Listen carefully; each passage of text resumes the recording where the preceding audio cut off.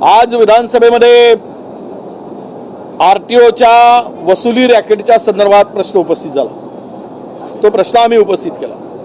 महाराष्ट्रामध्ये दर महिन्याला 15-20 कोटी रुपये हे रॅकेट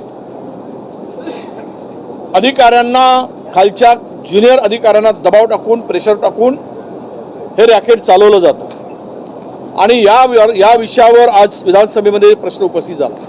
यातील खरे तर बजरंग खरमाटे आणि यामध्ये सामील असलेले जे अधिकारी आहेत त्यामध्ये भुयार आणि आनंद मोड ही सर्व मंडळी या सगळ्या रॅकेटमध्ये रवींद्र भुयार, बजरंग खरमाटे, निलंबित झालेला राजू नागरे, मोटार वाहन निरीक्षक आनंद मोड आणि निलंबित झालेला योगेश खेरणा, हे 5 लोक मिळून ही वसुली करतात। यांच्यावर 1500 चोरीच्या गाड्या रजिस्टर्ड केल्याचा आरोप झालेला आहे आणि त्याचा गुन्हा नागपूरमध्ये पोलीस स्टेशनमध्ये दाखल झालेला आहे। यांची मोडस ऑपरेंडी अशी आहे की हे सर्व मिळून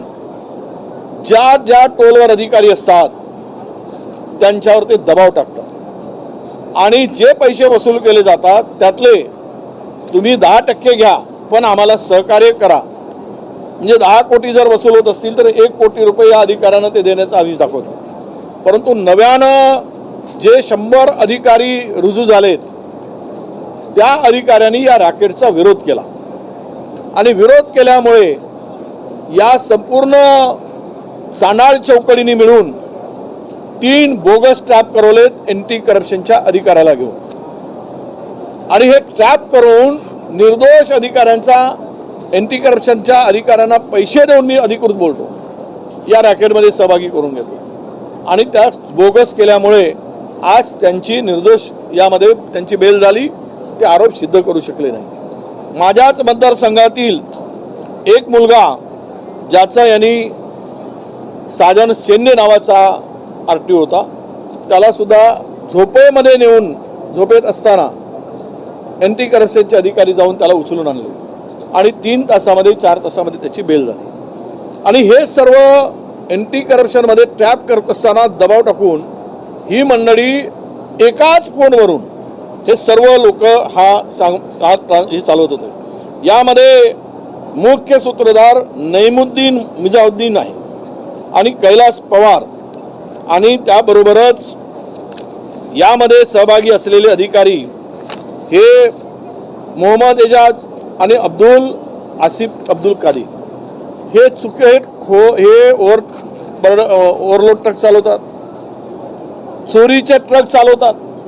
पकडले गेले की आरटीओवर दबाव टाकून त्यांना हे सोडायला लावतात। याचे जवळपास 55 क्लिप संवादानाचे दबाव टाकल्याचे मी आज सभागृहामध्ये दिलेले आहे। आणि ह्या रॅकेटमुळे तरुण अधिकाऱ्यांनी, 100 अधिकाऱ्यांनी मुख्यमंत्री आणि परिवहन मंत्र्यांना पत्र दिलं आहे की आमची नोकरी धोक्यात आहे, आम्हाला असं केलं जातं, आमचा बळी दिला जातोय, त्यामुळे या रॅकेटचा बंदोबस्त करा। हे आनंद मोळ आणि हा आपला रवींद्र भुयार हे गेली 17 वर्षापासून विदर्भात आहे आणि महाराष्ट्रभर हे रॅकेट चालवतात। हे ज्युनियर असताना यांना अतिरिक्त कार्यभार दिला जातो, त्यावेळेस आत्ताच्या मंत्र्यांनी नाही दिला, पहिलेच्या मंत्र्यांनी। आणि ह्या मिळून पहिलेच्या मंत्र्यांनी दिलेल्यामुळे या नागपुरामध्ये बसून यांनी बोगस चोरीच्या ट्रकची रजिस्टर नोंदणी करून घेतली।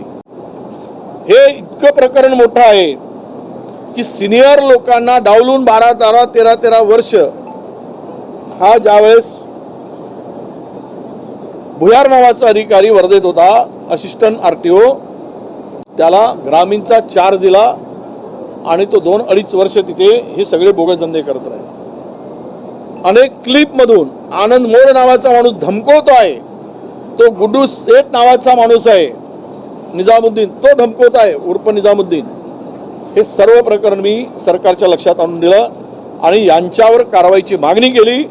आज मला आनंद आहे की मंत्री महोदयांनी आणि मुख्यमंत्री महोदयांनी SITची स्थापना करून हे सर्व रॅकेटवर योग्य आणि त्वरित 1 महिन्याच्या आत कारवाई करायचं सभागृहाच्या पुढे सांगितलं आणि आता या रॅकेटचा पर्दाफाश या निमित्तानं झालेला आहे. नुकतंच अजून एक प्रकरण समोर आलंय की 2 दिवस झाले नागपूरमधून बस चोरीला गेली आणि ही बस तेलंगणाच्या तिथे जाऊन ते स्क्रॅप करतात आणि ती टोळी तिथे विकते, पण अजूनपर्यंत त्याचा थांगपत्ता लागला नाही.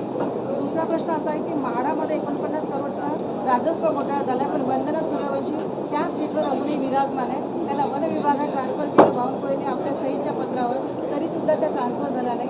काय पुढे त्या कागदांची हेरफार करू शकतो? नाही, मला अजून माहीत नाही, वंदनांचा विषय माझ्याकडे आलेला नाही.